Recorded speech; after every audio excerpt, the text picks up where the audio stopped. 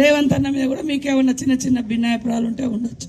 కానీ రాహుల్ గాంధీ వాళ్ళ తండ్రి చచ్చిపోయి 34 సంవత్సరాలు అవుతుంది. రాజీవ్ గాంధీ చచ్చిపోయి 34 ఏళ్ల నుంచి ఏ పదవి తీసుకోలే.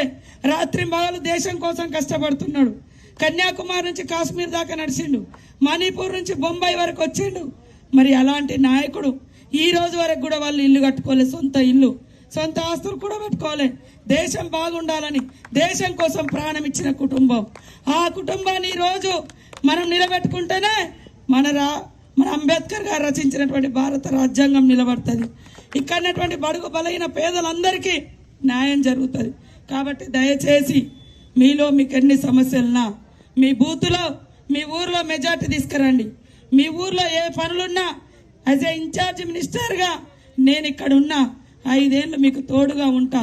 మీ తోడుగా నేను ఉంటా. మరి మీకు తోడుగా సుగునక్కు ఉంటుంది, సీనాన్ని ఉంటాడు. నిధులు ఇచ్చే బాధ్యత నాది, ఓట్లు తెచ్చే బాధ్యత మీది, ఓట్లు తీసుకొచ్చే బాధ్యత మీది. మరి గ్రామానికి డెవలప్మెంట్కు కమ్యూనిటీ హాల్ కానీ, రోడ్డు కానీ, బడి కానీ, గుడి కానీ, చెరువు కానీ, ఇల్లు కానీ మీరు మెజార్టీ తేండి, ఇచ్చే బాధ్యత నాది. బీజేపీకి ఓటెత్తే ఏం రాదు. 5 ఏళ్ల నుంచి ఎంపీ ఇక్కడ ఉన్నాడు. మీరు గల్లీ పోయి అడగండి. మీ ఊర్లో ఇల్లు ఇచ్చిరా బీజేపీ వాళ్ళు, రోడ్ ఇచ్చిరా బీజేపీ వాళ్ళు, ఉద్యోగాలు ఇచ్చిరా బీజేపీ వాళ్ళు, కనీసం రేషన్ కార్డు ఇచ్చిరా? 81 రేషన్ కార్డులు దేశంలో కాంగ్రెస్ ఇచ్చింది. ఒక అంగన్వాడీ సెంటర్ పెంచలే బీజేపీ వచ్చినాక, ఒక ఆశా వర్కర్ పెంచలే, ఒక ఫారెస్ట్ బాధలు తప్పియలే. ఇవన్నీ కూడా సెంట్రల్ చేతిలో ఉంటాయి. ఆశ కానీ, అంగన్వాడీ కానీ, ఫారెస్ట్ కానీ, మరి ఇవన్నీ సెంట్రల్ చేతిలో ఉంటాయి. ఏమి ఇయ్యలే వాళ్ళు.